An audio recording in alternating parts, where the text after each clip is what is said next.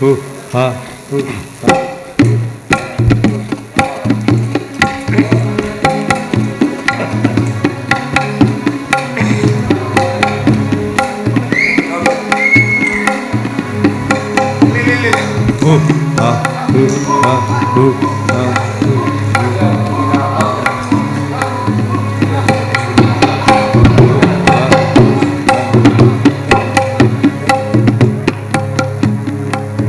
ತರೆ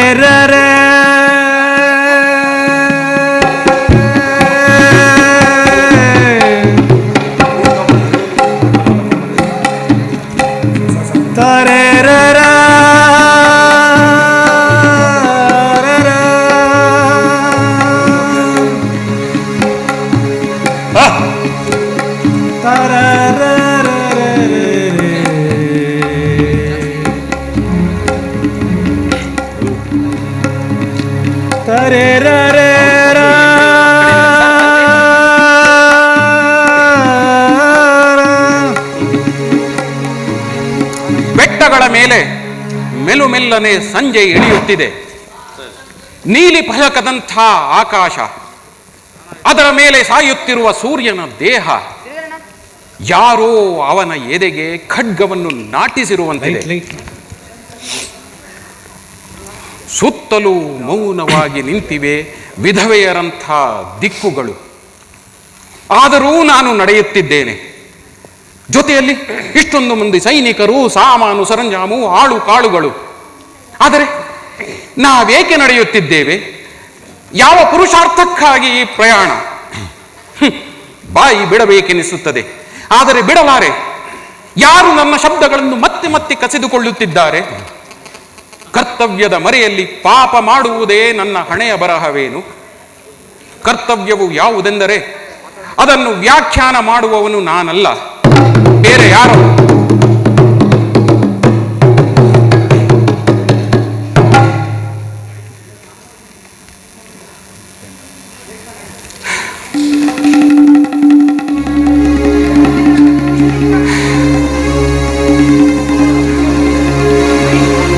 ಕೇಳಿರಿ ಕೇಳಿರಿ,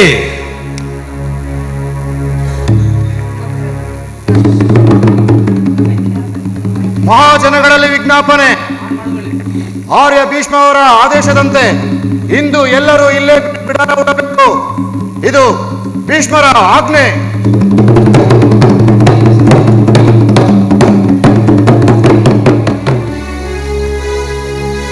ಕಡೆಗೂ ಭೀಷ್ಮರು ನಮ್ಮ ಪ್ರಯಾಣವನ್ನು ನಿಲ್ಲಿಸಿಬಿಟ್ಟರು. ಅರ್ಥವಾಯಿತು, ಭೀಷ್ಮರ ಬದುಕಿನಲ್ಲೂ ಎಲ್ಲೋ ಒಂದು ಕಡೆ ಭಾವನೆಗಳಿಗೆ ವಿರಾಮವಿದೆ. ಸರಿ, ಇಂದು ಇಲ್ಲೇ ಬಿಡಾರ.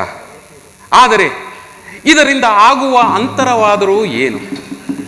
ನಾಳೆ ಬೆಳಿಗ್ಗೆಯಿಂದ ಪ್ರಾರಂಭವಾಗುವುದು ಮತ್ತೆ ಅದೇ ಬೇಸರದ ಪಯಣ. ಮನಸ್ಸಿನ ಮೇಲೆ ಮತ್ತೆ ಅದೇ ಹೊರೆ. ಪ್ರಯಾಣ ನಿಲ್ಲದಿದ್ದರೆ ಚೆನ್ನಾಗಿತ್ತು. ನಿಂತ ಕೂಡಲೇ ನನ್ನ ಮನಸ್ಸಿನ ಅಡ್ಡಿ ಆತಂಕಗಳು ಹೆಚ್ಚಿಕೊಂಡವು. ಅಗೋ, ಅವಳು ಇತ್ತಲೇ ಬರುತ್ತಿದ್ದಾಳೆ. ಬಂದ ಕೂಡಲೇ ನನ್ನ ಎದೆಗೆ ಪ್ರಶ್ನೆಗಳ ಬಾಣಗಳನ್ನು ಬಿಡುವಳು. ಈಗ ಅವುಗಳನ್ನು ಎದುರಿಸುವ ಶಕ್ತಿ ನನ್ನಲ್ಲಿಲ್ಲ.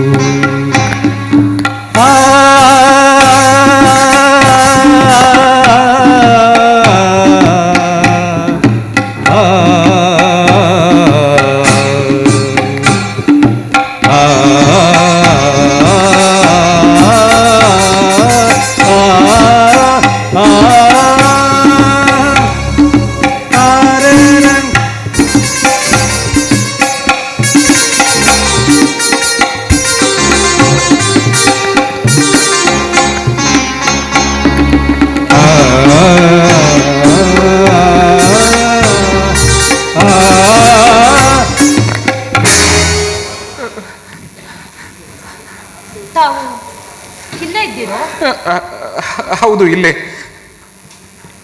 ಮುಸ್ಸಂಜೆ ಚೆಲುವನ್ನು ವೀಕ್ಷಿಸುತ್ತಿರೋ ಏನೋ? ಏನನ್ನಾದರೂ ನೋಡುತ್ತಲೇ ಇರಬೇಕಲ್ಲ ರಾಜಕುಮಾರಿ. ಅಂದರೆ ಸುಂದರವಾಗಿರುವುದನ್ನು ಸುಂದರವಾಗಿದೆ ಎಂದು ಹೇಳಲು ನೀವು ಸಿದ್ಧರಿಲ್ಲ? ಕಾಣುತ್ತಿಲ್ಲವೇ? ದೂರ ದೂರದವರೆಗೂ ಆಕಾಶದಲ್ಲಿ ಮುತ್ತಿಗದೆ ಕಾರೇ ಹೋಗಿತ್ತಂತೆ. ಬಂಗಾರವೇ ಬಂಗಾರ. ಈ ಸುಮಂಗಲಿ ಸಂಜೆಯನ್ನು ಕಂಡು ನನ್ನ ದಣಿವೆಲ್ಲ ಮಾಯವಾಯಿತು. ಇದು ನಿಮಗೆ ಸ್ವಾಭಾವಿಕ. ನಿಮಗೆ ಯಾಕಿಲ್ಲ? ಏಕೆಂದರೆ ನನ್ನ ಅಭಿಪ್ರಾಯದಲ್ಲಿ ಒಂದು ವಸ್ತುವಿನ ಚೆಲುವು ಆ ವಸ್ತುವಿನಲ್ಲಿಲ್ಲ. ಅದನ್ನು ನೋಡುವವರ ಕಣ್ಣಿನಲ್ಲಿದೆ. ಅದಕ್ಕೂ ಮಿಗಿಲಾಗಿ ನೋಡುವವರ ಮನಸ್ಥಿತಿಯಲ್ಲಿದೆ. ಬೇಷ್, ಅದೆಷ್ಟು ಬೇಗ ಪ್ರತಿಯೊಂದು ವಿಷಯನ್ನು ಸಿದ್ಧಾಂತವಾಗಿ ಮಾಡಿಬಿಡ್ತೀರಾ ನೀವು? ಅಭ್ಯಾಸ ಬಲ ಎಲ್ಲಿ ಹೋದಿತು? ಇದು ಒಂದು ಅಭ್ಯಾಸವೇ? ಪ್ರತಿಯೊಂದು ಪ್ರಶ್ನೆಯ ಆಳಕ್ಕಿಳಿಯುವ ತಳಮುಟ್ಟಲು ನೀವೇಕೆ ಹವಣಿಸುತ್ತೀರಿ? ಈ ನಿಮ್ಮ ಚಟ ತುಂಬ ದುಬಾರಿಯಾದೀತು. ಹೋಗಲಿ ಬಿಡಿ. ನನ್ನ ಕಹಿಯನ್ನು ನಿಮ್ಮ ಮನಸ್ಸಿಗೇಕೆ ಲೇಪಿಸಲಿ? ನನ್ನ ಬಗೆಗೆ ಅಷ್ಟೊಂದು ಔದಾರ್ಯ? ಏಕೆಂದರೆ ಈಗ ನಿಮ್ಮ ಮನಸ್ಸಿನಲ್ಲಿ ಪುಟಿಯುತ್ತಿದೆ ಒಂದು ಕನಸುಗಳ ಗಿರಿ ನಿರ್ಝರಿಣಿ ಝರಿ. ಅಲ್ಲಿ ಉದುರುತ್ತಿವೆ ಪಾರಿಜಾತದ ಹೂಗಳು. ಇದೇನು ವಿಷಯ? ಇದ್ದಕ್ಕಿದ್ದಂತೆ ಮುಳ್ಳಿನಿಂದ ಪಾರಿಜಾತಕ್ಕೆ ಜಿಗಿತ? ಹೌದು, ಭೀಷ್ಮರೇಕೆ ನಮ್ಮ ಪಯಣವನ್ನು ತಡೆದರು? ಸಂಜೆ ಆಗಿಲ್ಲವೇ? ಹಿಂದೆಯೂ ಆಗಿತ್ತು. ಆದರೂ ನಾವು ನಮ್ಮ ಪಯಣವನ್ನು ಬೆಳೆಸುತ್ತಲೇ ಇದ್ದೆವು. ಅದು ಅಲ್ಲದೆ ಇದೇನು ಬೀಳ್ಬಿಡುವ ಜಾಗವೇ? ಓ, ಪ್ರತಿಯೊಂದು ಪ್ರಶ್ನೆಯ ಆಳಕ್ಕಿಳಿಯುವ ತಳ ಮುಟ್ಟುವ ಅದೇ ನಿಮ್ಮ ಚಾಳಿ. ಆಗಲಿ, ಅಗೋ ಅತ್ತ ನೋಡಿ. ಅಲ್ಲೇನು ಕಾಣುತ್ತಿಲ್ಲವಲ್ಲ? ಅಲ್ಲಲ್ಲ, ಅಲ್ಲಿ ದೂರದಲ್ಲಿ ಮಬ್ಬಿನಲ್ಲಿ ಮರೆಯಾಗುತ್ತಿರುವ ಆ ತಿರುವಿನ ಕಡೆ. ಓ, ಅಲ್ಲೇ ದೊಡ್ಡದಾದ ವಿಕಾರ ಬಂಡೆ. ಅಯ್ಯೋ, ಅದನ್ನು ವಿಕಾರ ಎನ್ನಬೇಡಿ. ಅದು ಗಡಿ ಚಿಹ್ನೆ, ಎಲ್ಲೆಗಲ್ಲು. ಅದರ ಈಚೆಗಿದೆ ಗಾಂಧಾರ. ಅಂದರೆ ಆಚೆ ಕಡೆಗೆ ಹಾರ್ಯವಲ್ಲ. ನಾಳೆ ಬೆಳಗ್ಗೆ ನನ್ನ ಗಾಂಧಾರ ನನ್ನಿಂದ ದೂರವಾಗುತ್ತದೆ. ಈ ಬೆಟ್ಟಗಳು, ಈ ಬಟ್ಟ ಬಯಲು, ಈ ಏರು ಚಾರು. ಸಂಜೆಯ ಅಷ್ಟನಪುರ ತುಂಬಾ ಹತ್ತಿರವಾಯಿತೆ. ಇದೀಗ ತಟ್ಟನೆ ಹೊರಬಂತು ನಿಮ್ಮ ಮನಸ್ಸಿನಲ್ಲಿ ಅಡಗಿದ್ದ ಗುಟ್ಟು. ರಾಜಕುಮಾರಿ, ನಿಮ್ಮ ಮನಸ್ಸಿನ ಸ್ಥಿತಿ ನನಗೆ ಅರ್ಥವಾಗುತ್ತದೆ. ಬೆಕ್ಕೆ ಇದ್ದಿದ್ದರೆ ಬಹುಶಃ ಹಾರಿ ಹೋಗುತ್ತಿದ್ದೇನೋ ಅಲ್ಲಿಗೆ. ಸದ್ಯ ಸುಮ್ಮನಿರುತ್ತೀರಾ? ಇದೀಗ ಸರಿ ಹೋಯಿತು. ಬಾಯಿ ಬಿಟ್ಟರೂ ಕಷ್ಟ, ಸುಮ್ಮನಿದ್ದರೂ ಕಷ್ಟ. ಆ ಶಿಲೆಗೆ ಪ್ರಣಾಮ ಸಲ್ಲಿಸುವುದಿಲ್ಲವೇ?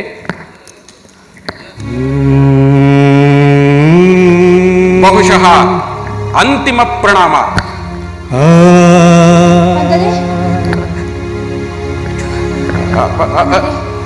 ನಾಳೆ ಬೆಳಗ್ಗೆ ನನ್ನ ಗಾಂಧಾರ ನನಗೆ ದೂರವಾಗುತ್ತದೆ. ಅವರಿಗೆ ಬರುವುದಿಲ್ಲವೇ? ಈ ಮಾತುಗಳು ನನ್ನವಲ್ಲ ರಾಜಕುಮಾರಿ. ಮತ್ಯಾರದು? ಭೀಷ್ಮನವು. ತವರಿನ ಅಂಬಲ ಕಳೆದುಕೊಂಡು ಬಿಡುತ್ತೀರಿ ಅಂತ ತಾನೇ? ಅಗೋ, ನಿಮ್ಮ ದಾಸಿಯರು ಇತ್ತ ಬರುತ್ತಿದ್ದಾರೆ. ಬಹುಶಃ ಶಿಬಿರ ಸಿದ್ಧವಾಗಿರಬಹುದು.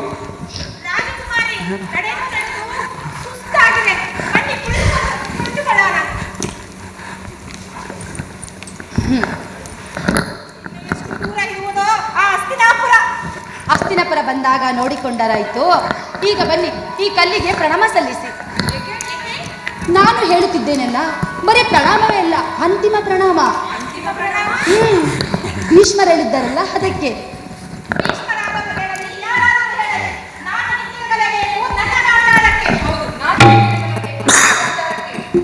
ನಾನು ನಿಮ್ಮಂತೆಯೇ ಹಿಂತಿರುಗಲೇಬೇಕು ನನ್ನ ಗಾಂಧಾರಕ್ಕೆ.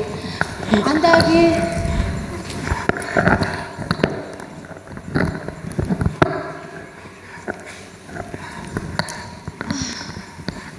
ಸಂಜಯ, ಒಂದು ಪ್ರಶ್ನೆ ಕೇಳಿದೆ. ಕೇಳಿ. ಅವರೇಕೆ ಗಾಂಧಾರಕ್ಕೆ ಬರಲಿಲ್ಲ? ಅವರು ಬರೆದಿದ್ದರೇನಾಯಿತು? ಭೀಷ್ಮರು ಬಂದರು, ಇಷ್ಟೊಂದು ಮಂದಿ ಸೈನಿಕರು, ಸಾಮಾನು ಸರಂಜಾಮು, ಆಳು ಕಾಳುಗಳು. ಇದು ನನ್ನ ಪ್ರಶ್ನೆಗೆ ಉತ್ತರ ಹೇಗಾದಿತ್ತು? ಅವರೇಕೆ ಸ್ವಯಂವರದಲ್ಲಿ ನನ್ನನ್ನೇ ಕೈಬಿಟ್ಟುವ ಅಗತ್ಯವೇನಿತ್ತು? ಸ್ವಯಂವರ ನಡೆದಿದ್ದರೆ ಏನಾಗುತ್ತಿತ್ತು? ಧೃತರಾಷ್ಟ್ರನನ್ನುಳಿದು. ಪ್ರಶ್ನೆ ಅದಲ್ಲ ಸಂಜಯ. ಇತರ ರಾಜಕುಮಾರಿಯಂತೆ ನಾನು ಒಂದು ಕನಸು ಕಟ್ಟಿಕೊಂಡಿದ್ದೆ. ಆತ ಮಿಂಚಿನಂತೆ ಚಂಚಲನಾಗಿ ಬಿಳಿಯ ಕುದುರೆ ಬೆನ್ನೇರಿ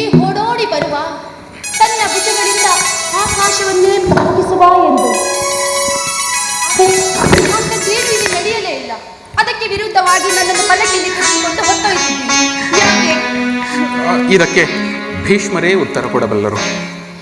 ಆದ್ದರಿಂದಲೇ ಯೋಚಿಸುತ್ತಿದ್ದೇನೆ ಸಂಜಯ. ಭೀಷ್ಮರ ಶಬ್ದಗಳ ಬಗೆಗೆ ಅಂತಿಮ ಪ್ರಣಾಮ. ಆದರೂ ಮನಸ್ಸು ಸ್ಥಿರವಾಗಿ ನಿಲ್ಲುತ್ತಿಲ್ಲ. ನಿಲ್ಲುವುದು ಹಸ್ತಿನಾಪುರವನ್ನು ತಲುಪಿದ ಕೂಡಲೇ ನಿಮ್ಮ ಭಯವೆಲ್ಲ ಕ್ರಮಕ್ರಮೇಣ ಕರಗಿ ಹೋಗುವುದು. ಶಿಬಿರ ಸಿದ್ಧವಾಗಿದೆ, ತಾವಿನ್ನು ದಯಮಾಡಿಸಿ. ಶಿಬಿರ ಸಿದ್ಧವಾಗಿದೆ, ತಾವಿನ್ನು ದಯಮಾಡಿಸಿ. ನಡೆಯಿರಿ ನಡೆಯಿರಿ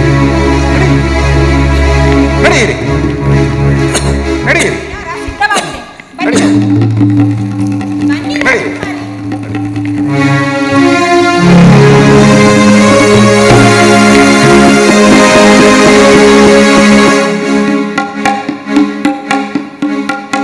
ನೀನೇಕೆ ನನ್ನ ಶಬ್ದಗಳನ್ನು ಪುನರಾವರ್ತಿಸಿದೆ? ಬಾಯಿಂದ ಬಂದು ಬಿಟ್ಟಿತು ಆರ್ಯ. ಪರಿಣಾಮದ ಕಲ್ಪನೆ ಇದೆಯೋ ಇಲ್ಲವೋ? ಇದೆ, ಯಾಕಿಲ್ಲ? ಮತ್ತೆ ಇದರ ನಂತರವೂ ಸತ್ಯವನ್ನು ಎಲ್ಲಿಯವರೆಗೂ ಮುಚ್ಚಿಡುವಿರಿ? ಇಂದಲ್ಲ ನಾಳೆ, ನಾಳೆಯಲ್ಲ ನಾಡಿದ್ದು. ಆದರೆ ನಾಳೆಗಾಗಿ ಇಂದಿನ ಕೂಗೇಕೆ? ಏಕೆಂದರೆ ನಾಳೆಗೆ ಅದು ಹೊರೆಯಾದೀತು. ಗಾಂಧಾರಕ್ಕೆ ಹೋಗುವಾಗ ಕೂಡ ನಾನು ತಮಗೆ ಅದರ ಸೂಚನೆ ಕೊಟ್ಟಿದ್ದೆ. ಹೋಗಲಿ. ಅಂತಿಮ ಪ್ರಣಾಮ ಅನ್ನುವ ಮಾತಿನ ಪರಿಣಾಮ ಏನಾಯಿತು ಅವಳ ಮೇಲೆ? ಬೆಚ್ಚಿ ಬಿದ್ದಳು. ಅಂದರೆ ಹೆದರಬೇಡಿ, ಸತ್ಯದ ಸುಳಿವೂ ಆಗಿಲ್ಲ ಅವಳಿಗೆ. ಆದರೆ ನಿಮ್ಮ ಮಾತುಗಳು ಅವಳ ಮೇಲೆ ಒಂದು ಬಂಡೆಯಂತೆ ಬಿದ್ದವು.